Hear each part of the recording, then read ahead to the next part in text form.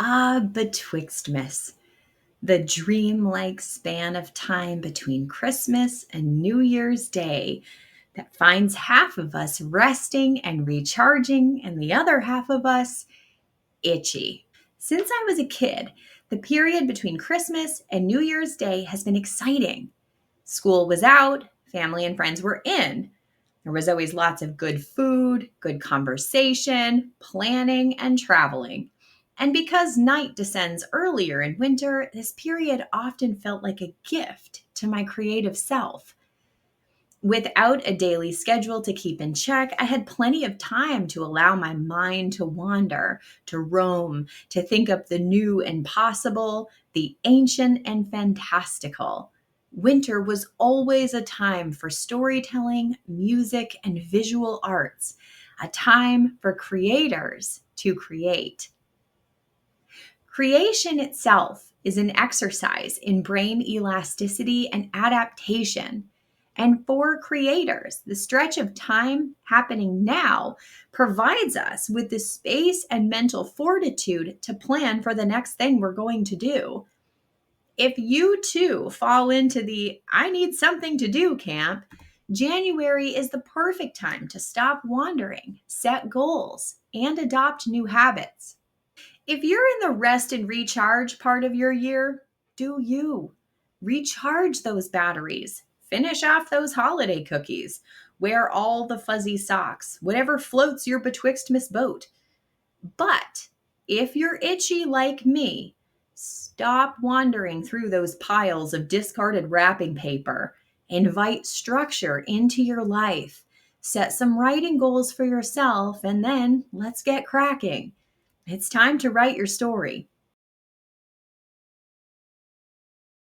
After the long and awkward holiday stretch, schedules can feel a little loosey goosey. This is especially true for those of us with children who are home during times they'd otherwise be away.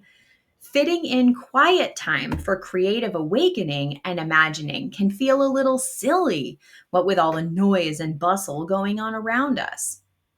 During this time of year, many folks put away their creative projects because they believe they don't have time to fit them in.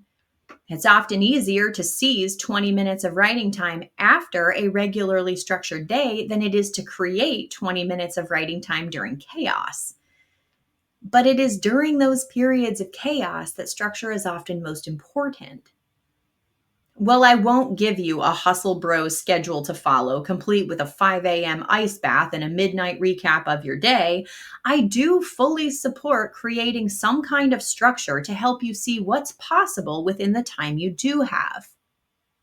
Here's a loose structure that works well for me and the authors with whom I work. If you're a busy parent or have an otherwise busy life, setting your alarm clock to wake up early can easily give you an extra 20 minutes in your day.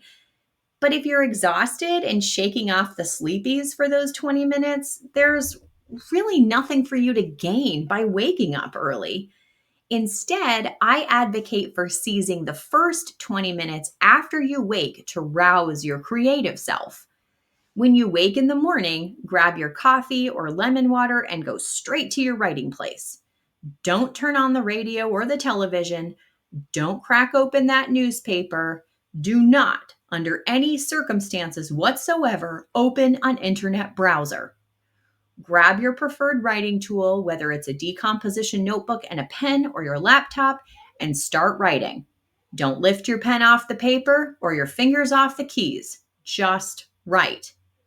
Write about sitting in that chair, being hysterically tired, your love affair with flavored coffee cream, how your dog's feet smell like cheese, the texture of dragon fruit. Pick a topic, planned or otherwise, and write about it uninterrupted for about 20 minutes. If you run out of things to say about your topic, move on to something else, whether it's connected or disconnected from the original. Whatever you do, keep writing, keep moving forward, and allow your morning writing habit to take shape. Some of you may be asking how you're going to seize those 20 minutes when your kids have an uncanny ability to sniff out an awake parent. And I get it. Back in my old life, I had to wake at 4 a.m. to pump breast milk, and my infant daughter always seemed to wake up just as the milk began flowing.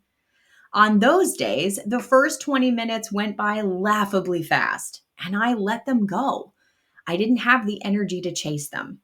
Instead, I shifted my 20 minutes to the morning commute, choosing to record voice notes for myself while driving to the office. While the process wasn't as clean and simple as a notebook and a pen, voice notes did allow me to think through what I wanted to say and how. Regardless whether you seize the first 20 minutes or make 20 minutes during a commute or find some other way to make time for writing, when there's a will, there's a way. And if your way means something to you, you'll find creative methods to prioritize your creative work. Some days, those 20 minutes may be all that's available to you for writing. Eventually, though, those first 20 minutes of your writerly day will become an early and much needed salve for your creative soul. As you're inviting structure into your creative processes, don't forget to set meaningful and manageable goals for yourself. Goals that work well are those that are specific, measurable, achievable, relevant, and time bound. In other words, goals that work are SMART. Write for the first 20 minutes of every day fits within the SMART goal framework. Write a novel in 2025 does not. Send out 5 queries per week is a SMART goal. Sign with a literary agent is not. Before you begin blindly setting SMART goals and working toward them, define where and how your goals fit into your overall writing future. Until the story is written, at least in its shitty first draft form, there's little reason to think beyond the writing itself. For example, if you want to write your novel in 2025, start with SMART goals that are directly applicable to writing, and stay away from goals that necessarily come later in the process, like querying agents, finding cover designers, and more. If you're just beginning to write that book, you may benefit from a few early goals designed to jumpstart your story, like writing a pitch sentence, writing a blurb or a description, outlining a handful of chapters or scenes. Once you get in the habit and begin writing, you'll pick up momentum. As momentum builds, the story ahead becomes clearer. And if you're farther along in your writing adventures, you may consider tangential goals, like learning a new skill, unabashedly protecting your focus, or breaking your finished draft into chunks for the self-edit. Whatever your creative flavor, set meaningful and right-sized goals that are both exciting and achievable. If you've been here for some time, you know I'm not too keen on New Year's resolutions.